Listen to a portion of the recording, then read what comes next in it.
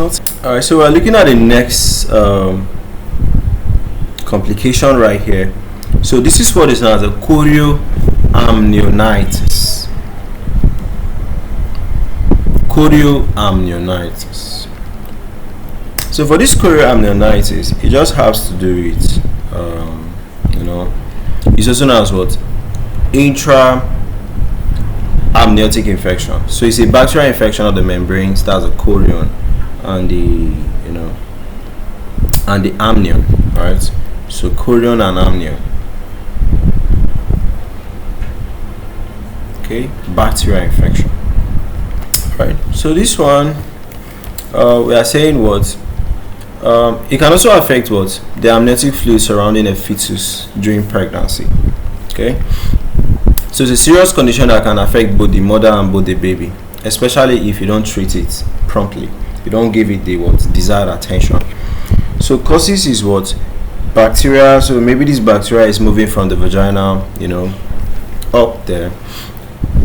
Bacteria from the rectum, bacteria from the anus can ascend into the uterus.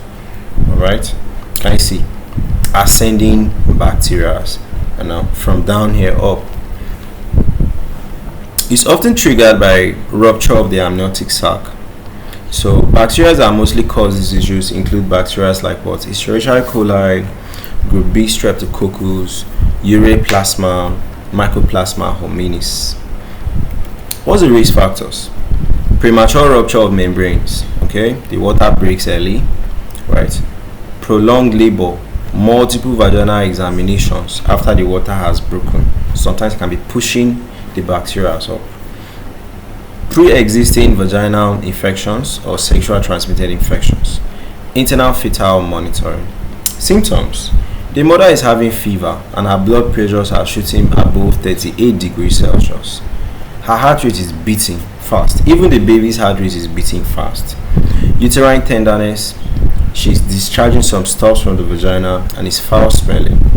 Sweats and chilling. So diagnosis is just based on clinical signs and symptoms.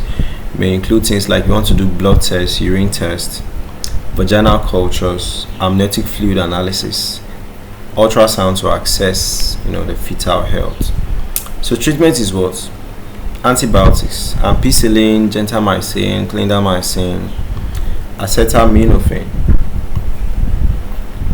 Then early delivery may be recommended to prevent complications.